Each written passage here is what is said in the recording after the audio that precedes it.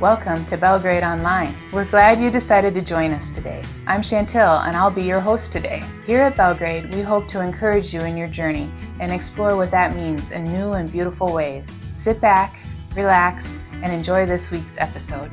Up next, announcements. Then we will see who's having birthdays and anniversaries this week. After that, we will hear from the pastor, the scriptures, and let the Spirit move you with some music before I come back to see you off. Welcome to Belgrade Online.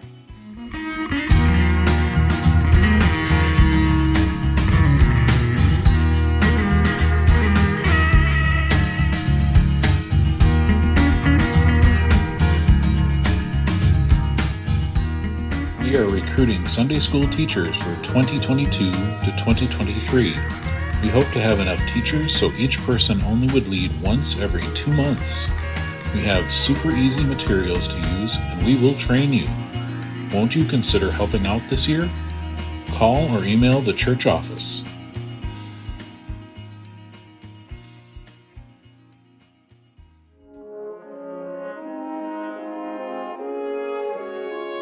We will resume choir starting Wednesday, September 7th at 7 p.m. Anyone who is interested in singing, please come. You do not need to know how to read music. We will train you. Directors are Marcia Balfans, Jana Bauma, and Della Lewing. This week's birthdays and anniversaries. On the 4th, happy birthday, Sarah Daly. On the 4th, happy birthday, Jake Jankowski. On the 5th, happy birthday, Patty Anderson. On the 6th, happy birthday, Dean Gates. On the 6th, happy birthday, Deb Gates. On the 9th, happy birthday, Daryl Schultz. On the 8th, happy anniversary, Owen and Lori Dundas. On the 8th, happy anniversary, Brad and Jennifer O'Donnell. On the 8th, happy anniversary, Rodney and Barb Shunk. On the 9th, happy anniversary, Eric and Connie Rockbam. Have a great week.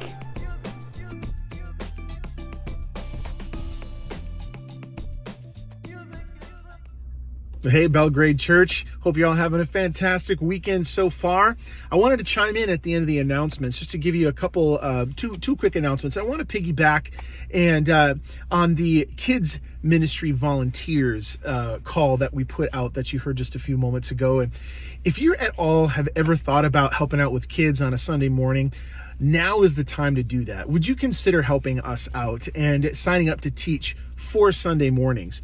We're going to be kind of short so far on teachers this year, and man, I really want to do a better job at investing into the next generation, and organizations and churches that invest in the next generation, they have organizations and churches that outlast them, and churches and organizations that don't invest in the next generation are churches and organizations that will quickly become irrelevant and die off.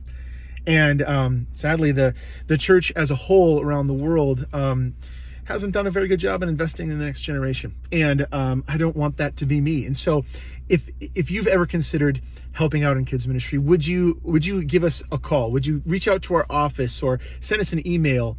If we get enough teachers, we'll only have to help out once. You'll only have to help out once every couple months. And that's only a few times during the school year. And so I'd love it if you'd contact us. Would you consider contacting us and helping out with the kids on a Sunday morning? That's the first thing. Second thing I want to piggyback on is we're going to have a Bible study. Kathy Rigdon has done a Jesus and Women in Middle Eastern culture and today. She did a Bible study on that last year, and it was very popular, and she's got requests to do it again. So she's going to be doing this Bible study again starting Wednesday nights, starting September 7th. So if you're interested in that, go ahead and contact our office, email us, or contact Kathy Rigdon, and we would be happy to sign you up for that. Now, with that said, last week we did Mission Sunday, and I talked about having a documentary of our time, the mission team's time on the Indian Reservation in South Dakota from a couple weeks ago. And I was trying to have that documentary finished by last week, but I had some technical difficulties. I got those fixed this week. However, I still have not been able to fully finish the documentary. It's almost done, but we're going to go ahead and show that next week. And today, instead of that, we're going to go ahead and show you a quick trailer just to kind of wet your whistle and get you excited about watching the rest of it for next week. And so here is a quick trailer for our missions documentary that we're going to show next week, and I hope you enjoy it.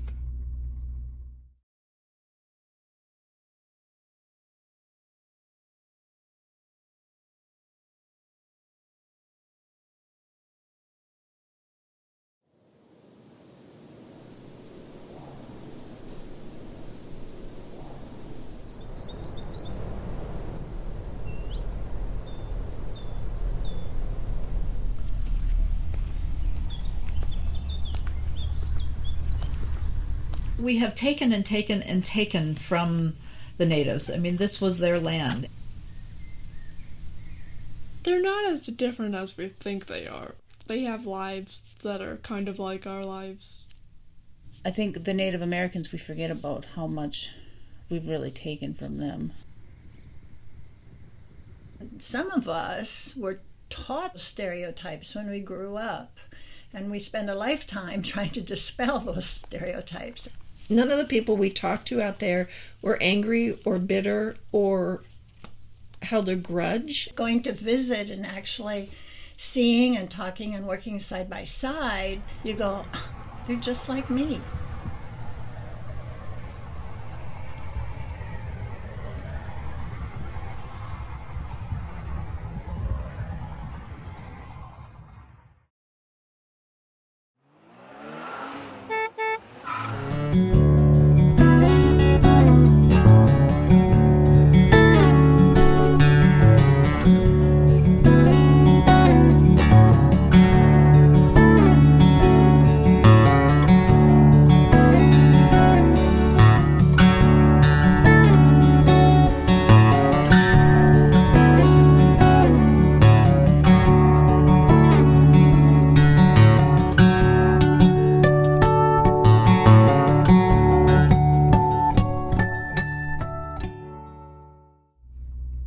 Well, we are in our final week of our Q&A series where we've been fielding questions from you and taking questions live as well on Sunday mornings. And so this is our final day, our final round of Q&A that we're going to do this morning. And we've added today a timer, a 5-minute timer for each question. And Shawn and I have 5 minutes total to answer the question together.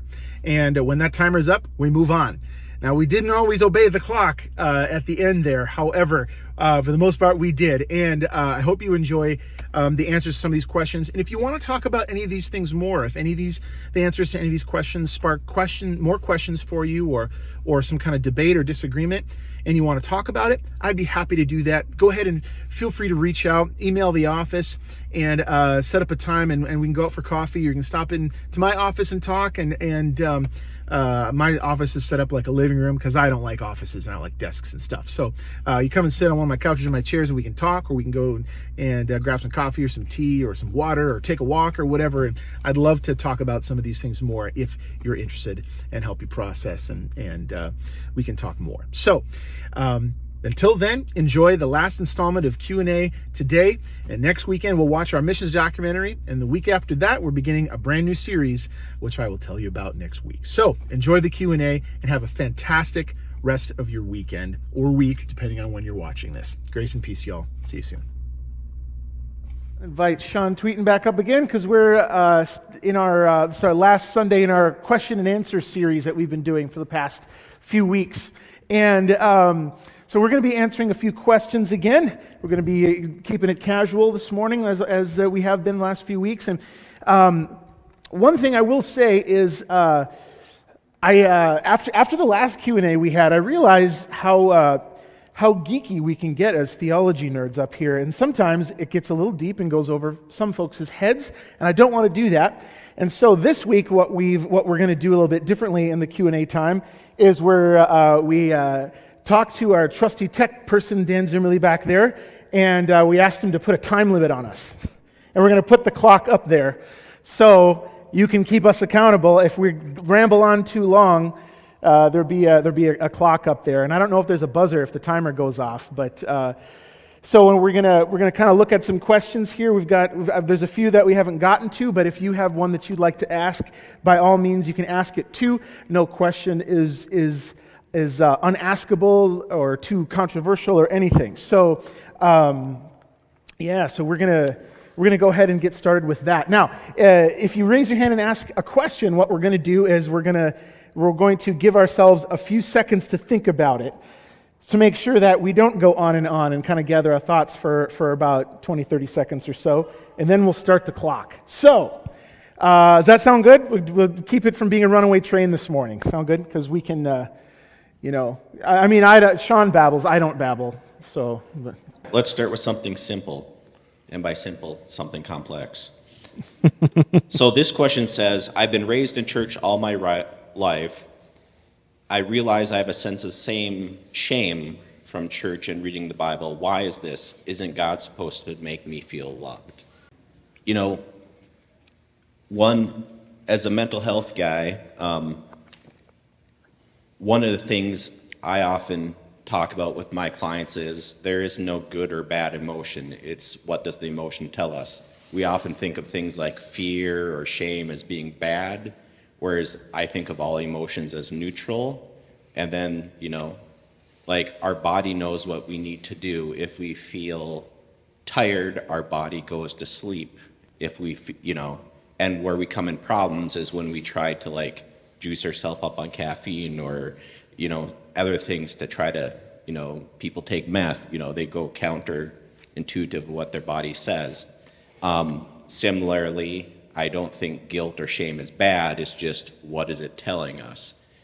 Yes, there are people that try to make you feel bad. If you go to a Baptist sermon, they might do back in the old days, or that one sermon, sinners in the hand of an angry God, that kind of shame you into. But really, I don't think there is any badness in that. It's just, why would I feel shame or why would I feel guilty? If I think that says this, or if the whole group is doing something and I don't want to, what does that mean? It's not the emotion itself, it's what is that telling us? That's good. Not saying you should shame others, though. yeah, don't do that. I think there's two things. I think I would answer this question in two quick ways. The first thing is that I like what you said, that shame is if we feel feelings of guilt and shame, what is that telling us? Why do we feel those feelings? Because it's easy in our culture today. There's kind of a popular thing that we make other people responsible for what we're feeling inside. And, if somebody says something or does something that's offensive to us, their words are somehow, causing this emotion in us, which isn't true. We're separate and we have agency. We're all connected, but if we're allowing others' words to produce this guilt and shame in us, why is that? So that's a good, I like that. Why do we feel those feelings of guilt and shame? What is it about something that's causing us to feel that way? Because oftentimes I think that I've seen a lot of times in pastoral counseling, I don't do clinical counseling because that's not my role, but I find people will get feelings of guilt and shame when they weren't necessarily put on them or intended that, but the person was maybe communicating in a way that could have been healthy or just maybe a little haphazard, but they didn't mean to put guilt and shame on someone, yet the person definitely felt burdened by those feelings. So sometimes it's not imposed on someone, it's gathered in ourselves. Now, that said, I do feel like the church has, over the centuries and the millennia, done a pretty not a very good job in communicating the gospel the way Jesus intended it to be communicated. A lot of times like Shawn was saying, we get this idea that God is this angry father or angry ruler, emperor, tyrant, who is watching our every move, and every little mistake we make, he takes note of it and is just waiting to punish us, And this idea that, we're all, a statement like we're all born into sin, or we're all sinners, or we all deserve hell, or something, some crazy thing like that. Those things produce some of these feelings of guilt and shame. And when the scriptures don't say any of that, the scriptures actually, the first thing that it says about us is not that we're bad or sinners or anything. The first thing that's said about humanity in general is that we're very good. That's right from the mouth of God in Genesis 1, from the first creation story. We're very good. Not just good, but very good. And we're made in the image of God. And so that's the basis of our humanity, but the church has done kind of a poor job communicating that, and instead of communicating that over the centuries, has somehow, as a behavior control tactic, has tried to get us to believe that we're not that good. We're worms. So, I want to wrap it up, 30 more seconds, then I'll be done. So I know we're going above that. So you're right, from the mental health side, all it means, all shame or guilt or anything means is somebody has an opinion, or a group of people has an opinion of what you should be doing, and then you want to do something else. All it means from the clinical side of things is there's a difference in perspective that has to be sorted out. There's nothing good or bad about having. So there's a kind of another question within this question about, is it God supposed to make us feel loved? I think that's kind of shouldn't we get good feelings from God? So we'll make that into the next question. So in the New Testament, we often get things like God is love, which is true. God is love. But we tend to forget things like Isaiah that says, I, God, form the light, create the darkness, I make peace, and I create evil. So we often forget this idea that God makes, he is the highest power, and everything that exists is from God, whether it is, other versions say, I make peace and I create calamity. So there's this, we often think of God and Satan as dueling powers, when that's not the case. There is God and then all other powers, whether good or evil. And everything created comes from God. So whether it's, there again, that's my soap note. It says, I make peace, I create calamity, or depending on the version, I create peace, I create evil, which is a mind-blowing thought for me. Other parts it talks to, who are you to say if I create some jars for, to break, and other jars for good purposes, or, which would be another way of saying that. Sure. What do you think about that idea of the dualistic? Which part? I don't know. Isn't God supposed to make us feel loved? Well, there's two edges there, seeing it from two ways. It's kind of like, it depends on, I don't know who asked this question. We received it. It was kind of anonymous. But isn't God supposed to make us feel loved? It depends on what your definition of love is. In our culture, love could mean a multitude of different things. But when the scriptures speak of love, it's more about an outflow of goodwill and charity towards someone else.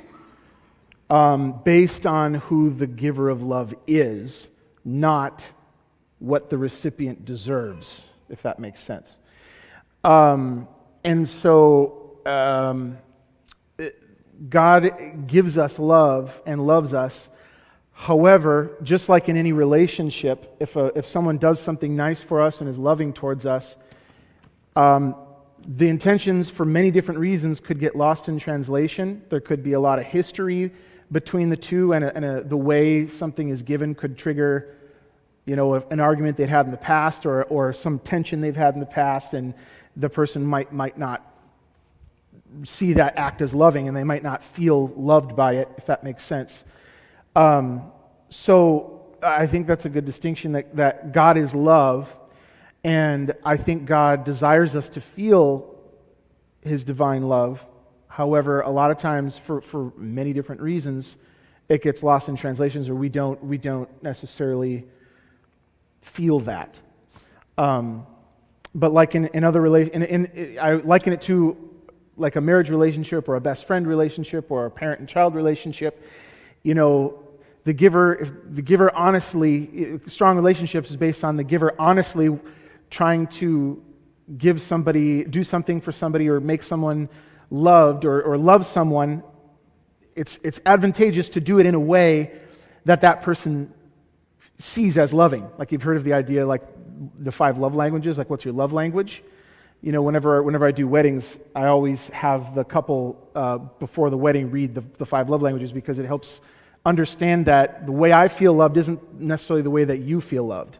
And the way that I give love naturally isn't the way you necessarily naturally give love. And so it's trying to figure out how we love each other. But there's 2 sides of the story. The other person, the relationship is always a give and take. It's never on just one side. We also need to try and see a loving act for one of the best analogies I've ever heard was God is a Tyrannosaurus Rex.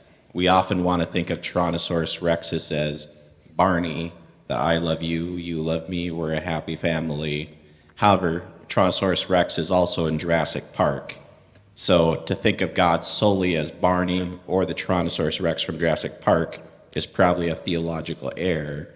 It's probably more of a mix, but both qualities exist. So long and short, isn't God supposed to make us feel love? Maybe sometimes. He loves us in the best way, but we also there's a coming to the table in relationships. Two parties come to the table. Yep. So kind of on the same thing that you were talking about, I've also heard that God only provides the good. It's the humanness, our sin, that makes the bad in life. Is that logical or not? To some extent, I think this is predestination. So there's kind of this ongoing theological stuff that's been going on for years of boils down to basically, is God outside of time or does God interact in time? People that would say he's outside of time might be like predestination. God knows everything. God set every single person's course for their life. So whether or not you're going to do good or bad was pre-planned by God, so to speak. So in that case, it would have more to do with what God made, how did God make your life to go? There are people that believe more God interacts and takes a more active purpose. And in those cases, it would be more like, yep, if you get free will, if you get a choice, that choice sometimes means you're going to make a right one, and sometimes means you're going to make a bad one. And when people do things we don't like, sometimes it can make our lives more complicated. If somebody decides to rob our house, that's going to make our lives more complicated. So more depends on what's your theological perspective.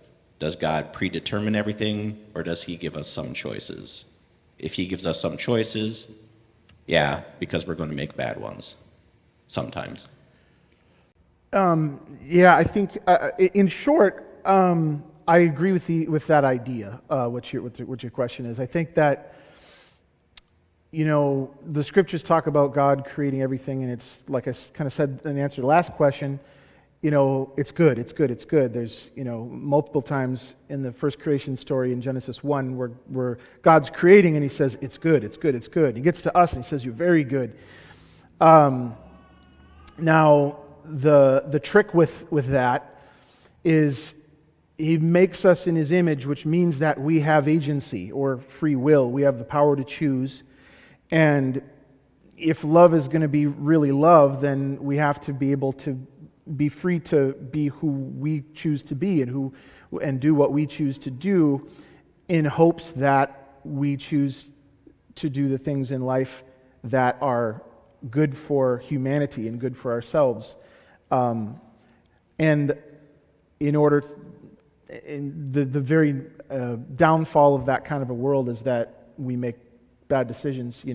I remember one time I had a coworker years ago ask me, you're a Christian, right? I said, yeah. And she said, well, I just don't get it. She said, why are there's so much, I've watched like National Geographic and I see there's so many people just dying of hunger and thirst, and where is God? And I remember saying, without really thinking about it too much, I said, well, I agree with your heart, but I would state the question a little different. The question is not necessarily where's God, but where's God's people?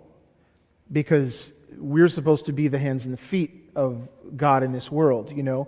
The scriptures talk about when we meet the needs of another human, we are, if we meet the needs of another human, we are, a lot of times we could be, quote unquote, entertaining angels. You know what I mean? We see the face of God in the face of each other. And throughout the Old Testament, people always see kind of the struggle with sin and obeying or disobeying God, but they don't necessarily look at what God is asking his people to obey. And the big sins in the Old Testament that cause God's people to, lose their land and go into exile are sins that have to do with not taking care of our fellow humans, alienating the foreigner, not paying attention to the Sabbath, which was to give people rest, even people who didn't deserve rest, servants and women who were expected to be working all the time and kind of property in that culture, and on and on and on. And so, people disobeyed God's heart for fellow humans. And in the same way now, I think it's that same tendency to build our own empires, to do our own thing, our own selfishness. And in James, it talks about, the writer of James basically says, that's the whole reason why wars come about, is because we fight because we don't get what we want. And so, in essence, it's our own selfishness that leads to the majority of the evil in the world. And so, yeah, we finished early. That's a high five right there. Is that kind of answer? He's leaving me hanging. I'm leaving hanging. I got to stand here. I got to stand until he's me. Yeah, I can do it. That was because we finished on time. That was really exciting. Question. The UMC is splitting over the issue of homosexuality. I have friends and family on both sides of that topic. What does Belgrade believe about it? Does God really reject gay people? So, I will say, while there are many different opinions on this topic, there are also legitimate alternate views you can take from the Bible to support either side. For example, well, first I'll illustrate how something can be taken from either side, and then I'll give an example from the Bible. So, Jesus fed 3,000 and 5,000 people on two separate occasions. He asked for somebody to give food, and then everyone was fed. We all remember that story? Okay, or those stories, there's two. So some people have the predetermined thought, like their own belief says, God can't do miracles. So this was a story where an action of a little boy with the 5 loaves, 2 fishes caused everybody who had food to share with those who didn't, and everyone was fed. So this is really a story about inspiring generosity in other people. On the other side, there are people that like, no, God can perform miracles. And this is a clear example of him making fish and bread out of nothing, ex nihilo, and then giving it to everybody. So two people can go into the story with their beliefs about, do miracles happen in everyday life and do miracles not happen in everyday life? And both of them can take a Christian idea of Jesus being powerful and doing miracles, or the miracle being causing 5,000 people to share, which, what's the last time you've seen 5,000 people share?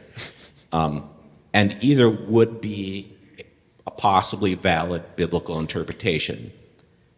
So then we can go to stories like Sodom and Gomorrah and the sulfur burning down and destroying the city, and we can say, obviously it was because of the homosexual actions, having the predetermined idea in our mind already that homosexuality is bad, that caused God to do this.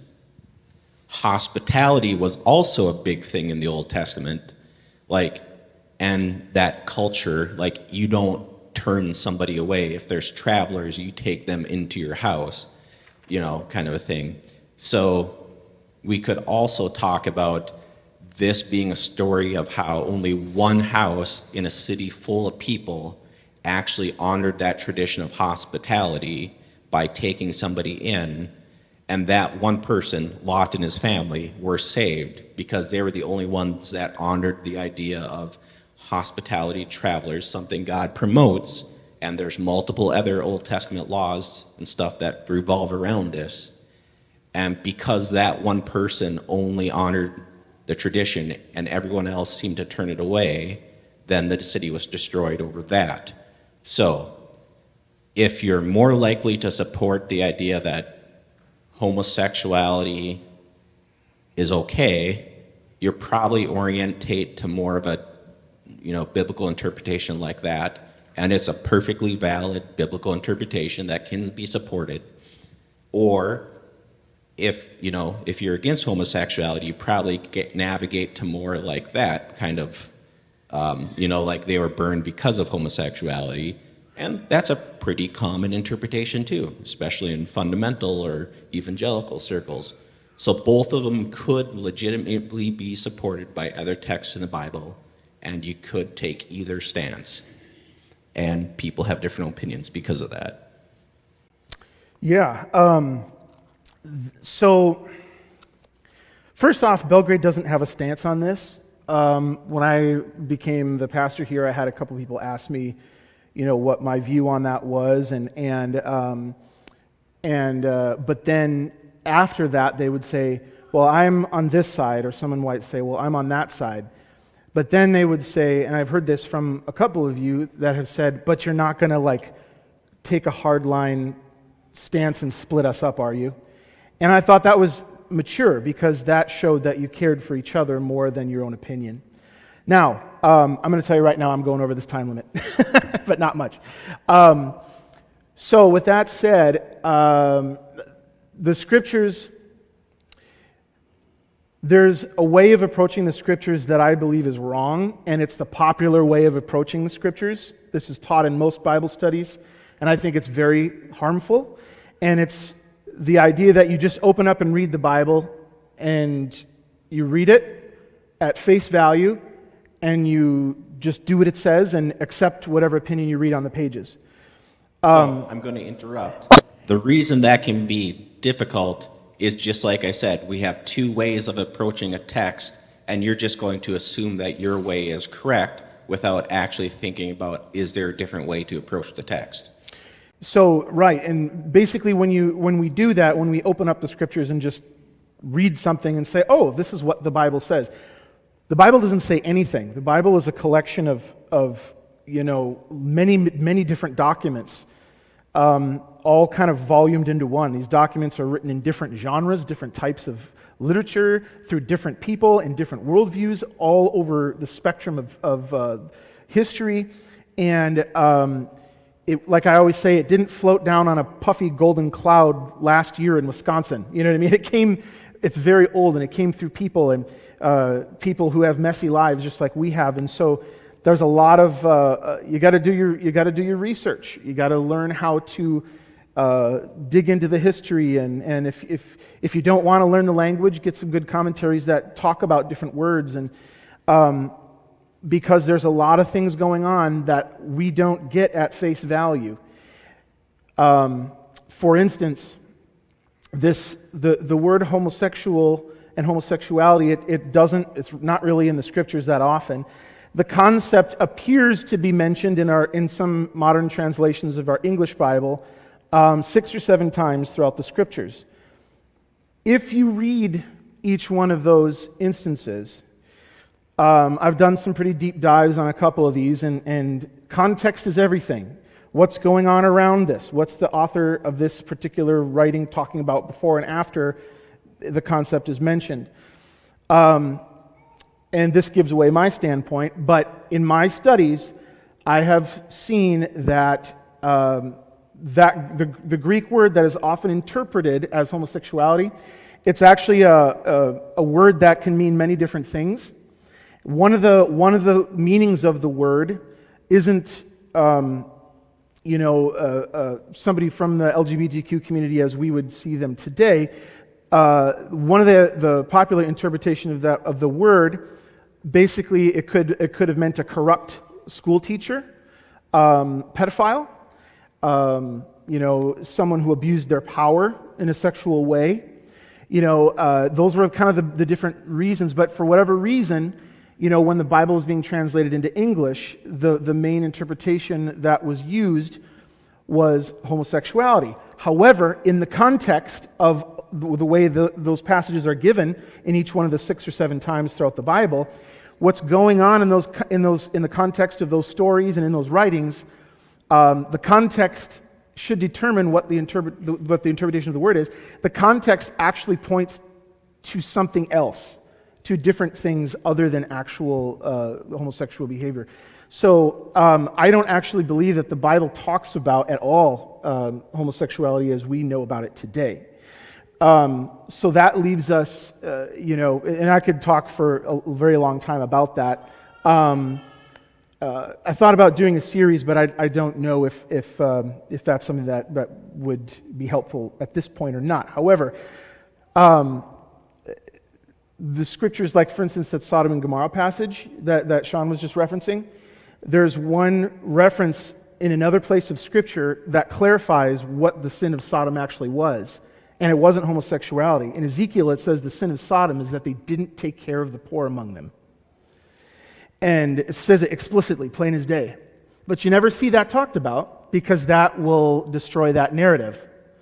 So the scriptures are a deep well. And I agree with Shawn, you will find what you want in there. It's a Rorschach test. The scriptures, you'll find inevitably what you want unless you're open to coming to it and saying, all right, I'm going to be disturbed. I'm going to have some of my worldview ripped apart as I dig in deeper. It might actually confuse me more, but so I think that at the bottom line, I don't think the scriptures actually talks about the issue of homosexuality as we know it today, as we're talking about it. I think that it's a matter of, loving your neighbor at this point. I will say, so we have kind of an answer there. I'm assuming a common response would be, but how could we tell, Dan? We don't have a commentary to read about it.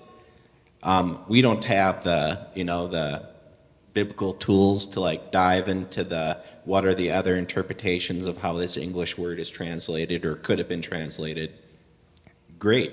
One test of any theological principle I prefer is going back to Jesus. So the Pharisees and Sadducees would like to ask Jesus trick questions. And they asked him one question, okay, Jesus, which of the 10 commandments and all the things the prophets wrote about, what is the most important? And Jesus said, well, really, anything in the Old Testament, Exodus through the Malachi or whatever, pretty much any book other than Genesis, he says the law and the prophets. So, everything in the Bible can be summarized by two concepts. Are you loving God with all your heart? And are you loving your neighbors yourself?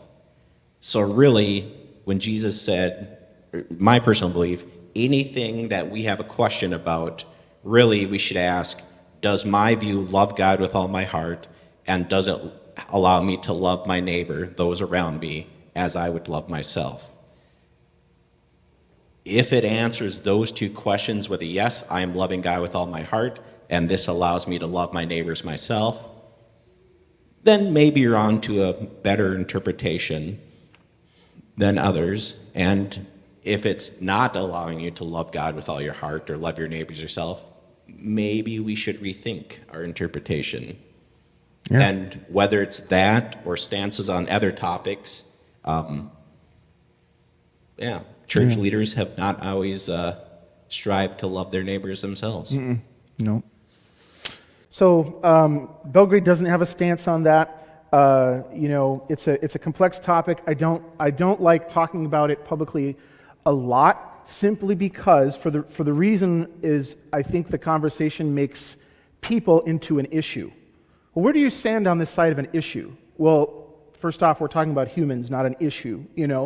My opinion on others shouldn't be based on an ideal that I hold or a preconceived assumption I have about their lifestyle. My interaction with another human should be based on the fact that they're human. They're made in the image of God. Their life is their life, and it's regardless of what I believe one way or the other about their lifestyle, it's my job to show them and to treat them in such a way that they are aware that God loves them just as they are, and so I'm going to tell you, I'm progressive on that issue. I've performed gay marriages before. I have no problem with that, and so that might make some people frustrated, but ask yourself why that is. So my last thought on this is, how many of you have heard of the book, The 5 Love Languages, or one of the many spin-offs? The author basically says, even though we have this word love, other languages have more than one. So like philia, for example, in Greek is the love between two friends or two brothers, and then might be the love of a mother and a child. So like when we say love, and as a marriage counselor too, I've seen people that say, like, I might be sitting with a couple and one of them says, I love you, or why don't you love me? But really I mean, why don't you ever give me gifts? And the other says, I do love for you all the time, meaning I do acts of service for you all the time.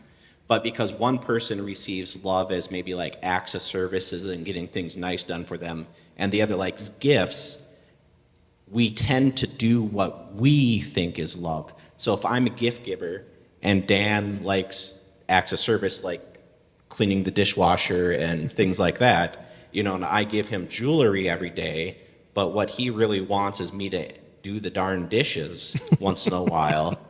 And we keep this pattern going, even though both of us are doing what we think is love, neither of us is receiving what we think is love. And it causes tension in the relationship. So similarly, when it comes to like things like Jesus saying, love your neighbors yourself, we often tend to do what our view is rather than what the other person perceives as love. So we might take a stance on homosexuality, abortion, capital punishment, whatever the political or social issue is. And really Jesus says, love our neighbors ourselves. Our first instinct, just like in our relationships and our marriages, is to do what we think is love. But how often do we pause to view what the other person thinks is love? And is loving your neighbors yourself doing what you think is love or what they receive as love? So if you're talking with somebody who's going through the homosexuality experience, the abortion experience, whatever it is, do we sit and try to portray our view on them, or do we listen to what they say and try to meet them where we're at? because Jesus says, love our neighbors ourselves. So which version of that are you going to follow?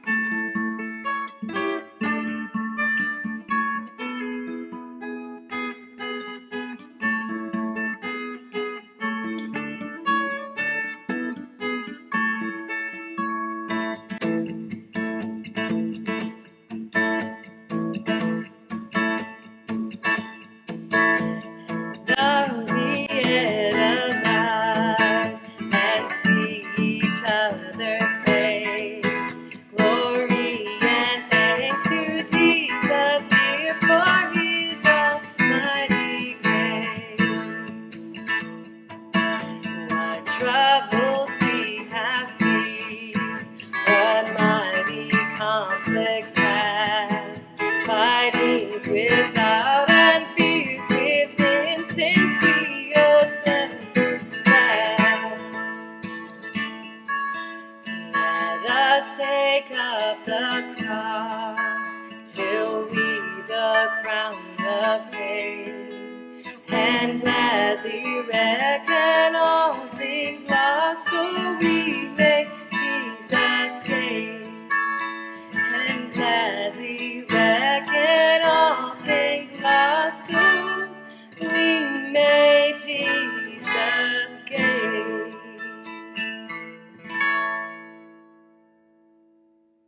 Hey everyone, it's me, Chantill. I'm back to see you off. We hope you enjoyed your time with us today and that it was meaningful and life-giving. If you want to stay on top of things at Belgrade and know when we will be back, make sure to click the like button on Facebook or YouTube. And subscribe to our YouTube channel and be sure to hit the bell icon to get alerted when the next episode of Belgrade Online is available. Until next time, I'm Chantill. Thank you for watching and have a great week.